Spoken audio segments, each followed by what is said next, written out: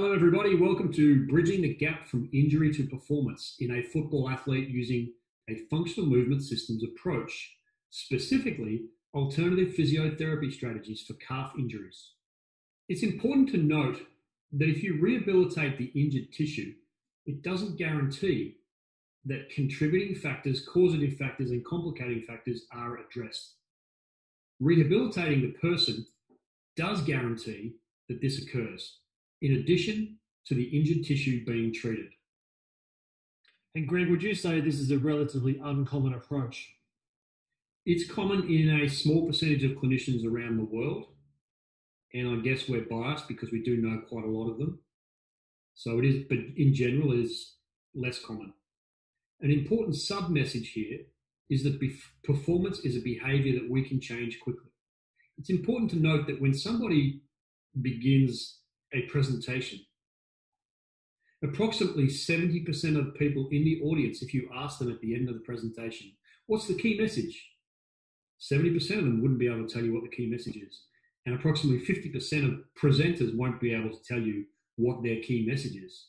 So I want you to know right now that if I asked a quiz at the end, you should be able to say that rehabilitating the injured tissue doesn't guarantee that certain factors are addressed, but rehabilitating the person does guarantee those factors are addressed in addition to the injured tissue being treated. And I would challenge you to pick up on the second key message is that performance is a behavior that we can change quickly. This individual is a footballer from Australia who had a left calf muscle tear. He also had pain. And when he presented to me, he said, I have a 21% asymmetry in my single leg calf raise strength test. Now, he didn't particularly use those words. He said to me, I can do 22 calf raises on one side and only 28 on the other since I injured my calf. I've got 12 days until the championship match. Can you help me? So I'm thinking, well, how do we approach rehabilitating the whole person with a calf injury with such a short timeline? So I take a look at this particular chart here, and I know that developing capacity, meaning fitness and strength endurance, it's not really going to happen much in 12 days. Would you agree with me, Rod, that trying to change strength endurance and strength and power in an individual who's already highly trained is not really going to budge in 12 days? Yeah, totally agree. So what I'm thinking is effort is to maintain where he's at. Yeah, we need to maintain the capacity attributes. I also need to correct the competency attributes. That means that there are some things which aren't competent, meaning range of motion, motor control, pain. They're not at minimum levels. And so I need to correct that. And of course, I need to protect the injured area. So if you look at the top arrow, it's spanning a 12-day period. In the first half of it, I need to be treating the injured tissue and managing his pain. Across the entire 12 days, which is the third arrow down, I need to be correcting any mobility impairments, any motor control and stability problems that are found from the evaluation. After the first short period of time, I can then reintroduce, as appropriate, any strength endurance, power endurance, and energy system development training that is appropriate for that individual. You can see that the yellow on the very bottom, aerobic energy system development training, is known as more aerobic. It's low intensity. It's typically done as a continuous or even to some extent interval-based training, and it's usually of such a low load that it's less likely to cause any further injury to that tissue. Once there's a little bit of injury tissue healing going on, we may introduce some higher intensity energy system development, and that would be the green zones. And then later in training, we may introduce some anaerobic alactic energy system development, and those are more high intensity. Again, the reason that you would delay those is related to the ground reaction forces that this athlete is going to have to suffer when he goes at those higher intensity levels. And when the injured tissue is not quite ready yet, he's not going to tolerate those higher ground reaction forces. So as a general concept, I'm thinking at the beginning, I need to protect him, correct him, and maintain many of those attributes of capacity, such as strength, endurance, and power. Priority at the beginning is to protect the injured area and treat that injured tissue. In the calf, I began by treating the myofascial trigger points that were around the injured area. It's important to understand that when you have a muscle tear through running, think of it as the energy return failed in the muscle. Now, what that means is if you disregard that table in the top right corner for the moment and just think about this, when your foot hits the ground, your heel is usually elevated from the ground at foot strike, particularly when sprinting. And then the heel lowers towards the ground because the Achilles tendon elongates a very small amount. It's like a spring, like a coiled spring. And the heel drops towards the ground, and then the spring recoils, and the foot comes back off the ground, and he continues running. Now, that spring is maintained tension by very strong contraction through the calf muscles. And typically, what strains is the musculotendinous junction, or even the mid-belly of the calf. So it's rarely the tendon that strains, and it's more the spring tensioner, which is the muscle belly. So you could say that a calf injury is a failure of the energy storage return, okay? It's a failure of an isometric contraction. Now, these isometric contractions are reflex driven. What that means is that they happen in a split second. They usually happen as your foot prepares to hit the ground. And the strength of the isometric contraction goes up once your foot does hit the ground. So let's turn our attention to the table on the top right. When running, it takes approximately 100 joules of energy to bounce you off the ground. Now, you either have to produce that energy, or you could absorb it when you hit the ground, store it in certain tissues, and then use that energy that's been stored to release you off the ground. Now, the energy is typically stored in the stiff elastic tissues such as the tendons.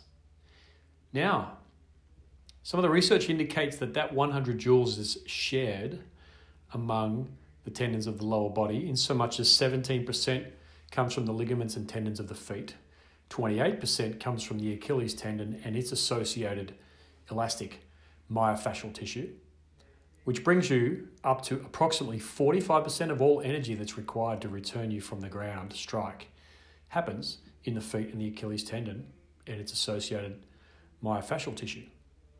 The remaining 55% will come from quadricep tendon and its associated myofascial tissue, and also the lateral chain of tendons and iliotibial band and its associated myofascial tissue. It means that if you've got a good isometric contraction of the calf and a timely isometric contraction of the calf, you can get free energy from your foot and ankle, and half of that energy required in running comes freely. So he gets a calf injury, and we think, is that due to a sudden loss of strength? Meaning, is that due to a sudden change in the control of the calf muscle and Achilles tendon? Or is it due to fatigue? Has there been a misfire? And we know that fatigue changes motor control. I want to define something here. Strength is actually control of motion when there is a force that's very high trying to upset that motion. So think of a single leg hop. Okay, you have to control the foot lowering to the ground when the body weight is pushing it down. So there's an extra load. So strength is actually motor control with capacity.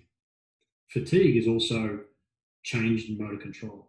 So when we think about it as having a calf injury, on both circumstances, we've got an altered motor control.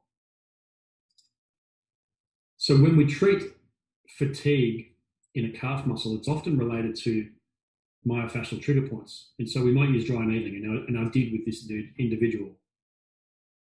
I also supportive strapped him using dynamic tape, which is very highly elastic and allows to support this torn tissue so that he can recoil and step off without as much pain. So let's now have a look at it.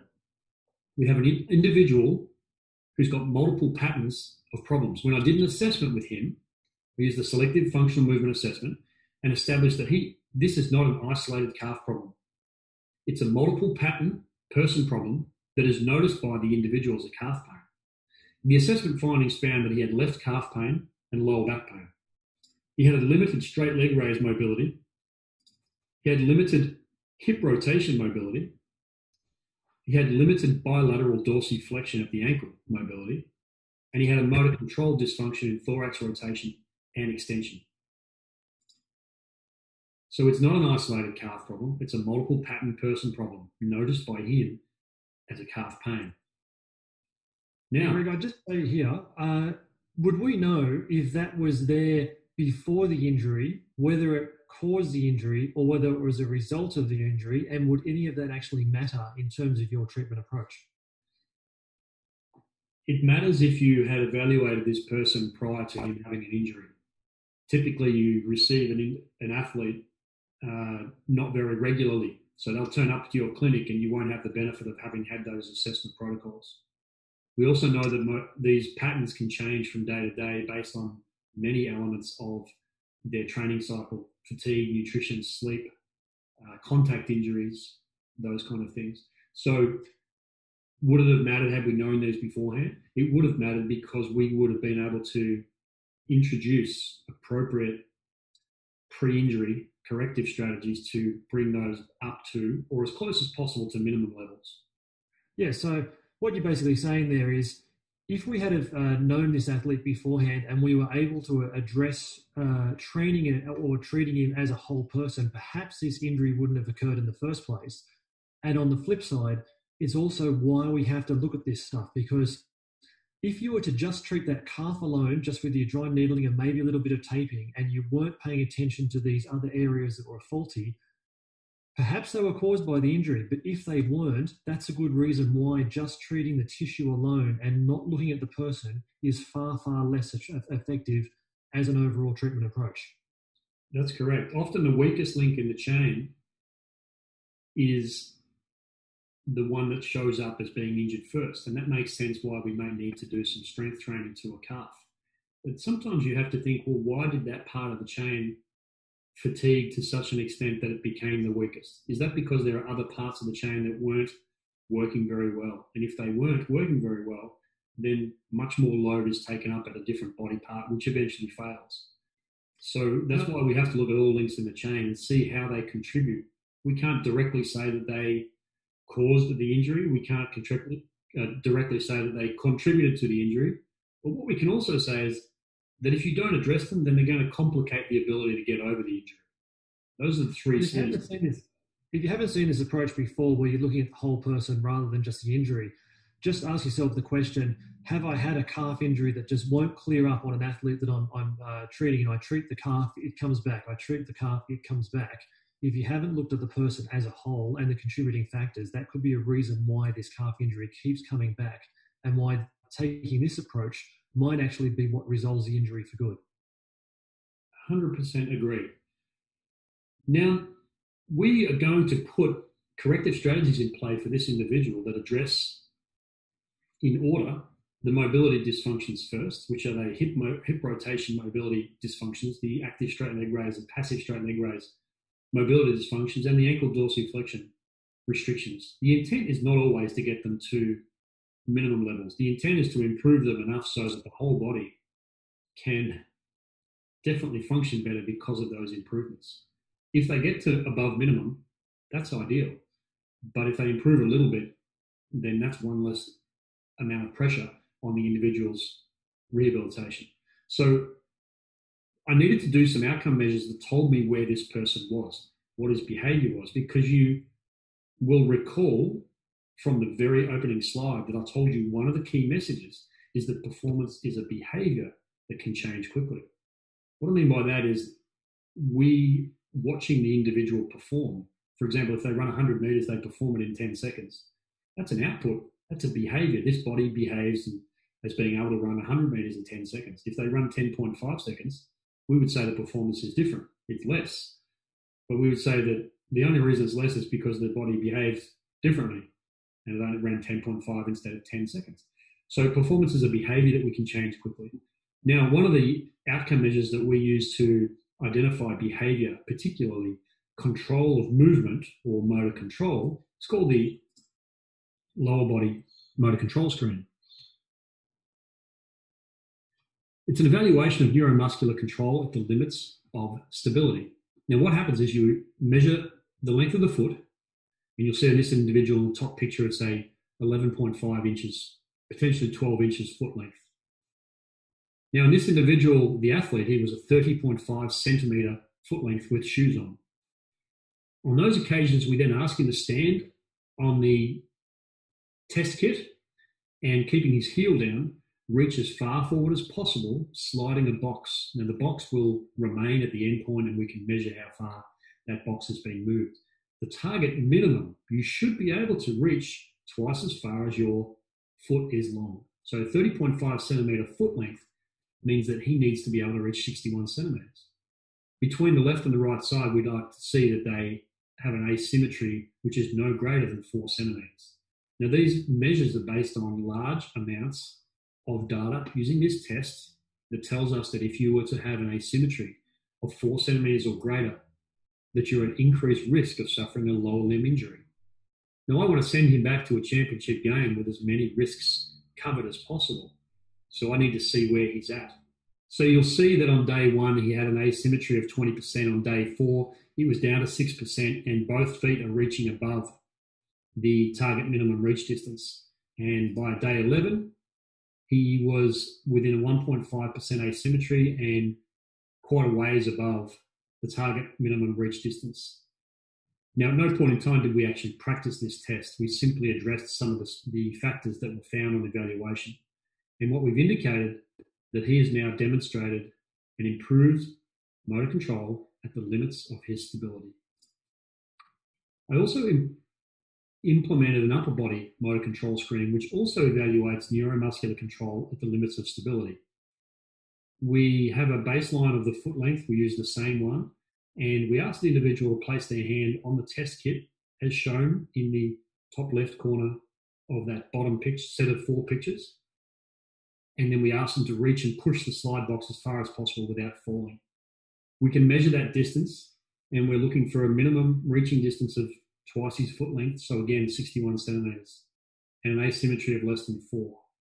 Let's quickly look at his changes over those period of time. He went from a 19% asymmetry down to 0% asymmetry. It tracked very similarly to his lower body.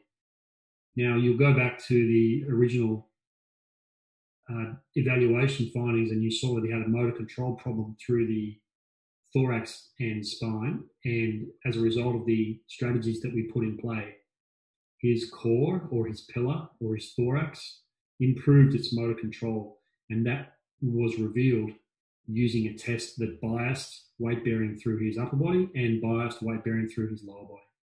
We also wanted to look at a test of postural integrity with load. When a person runs and sprints, the ground reaction forces that go through their body are multiple times their body weight.